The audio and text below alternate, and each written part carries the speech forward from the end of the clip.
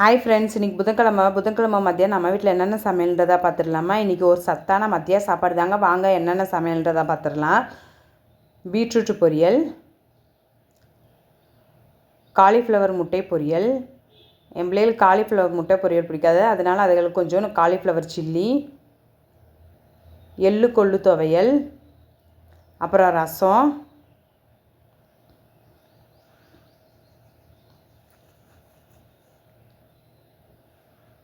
அப்புறம் தயிர், சுட சுட ஆவி பறக்க சோறு,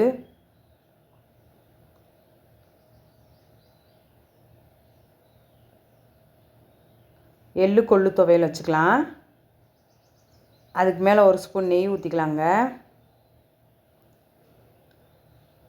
அவ்வளோதான் இன்றைக்கி நம்ம வீட்டில் மத்தியான சாப்பாடு. இளைச்சவனுக்கு எள்ளு, கொளுத்தவனுக்கு கொள்ளுன்னு ஒரு பழமொழி இருக்குங்க. பழமொழிக்கு ஏற்றவாறு இளைச்சிருக்கக்கூடாது, கொளுத்து இருக்கக்கூடாதுன்னு இன்றைக்கி எள்ளு கொள்ளு துவையல் செஞ்சாச்சு. ஆனால் இதில் பெனிஃபிட் நிறையா இருக்குங்க. வாரத்தில் 2 நிறைய சாப்பிட்டா நம்ம உடம்புக்கு நல்லது.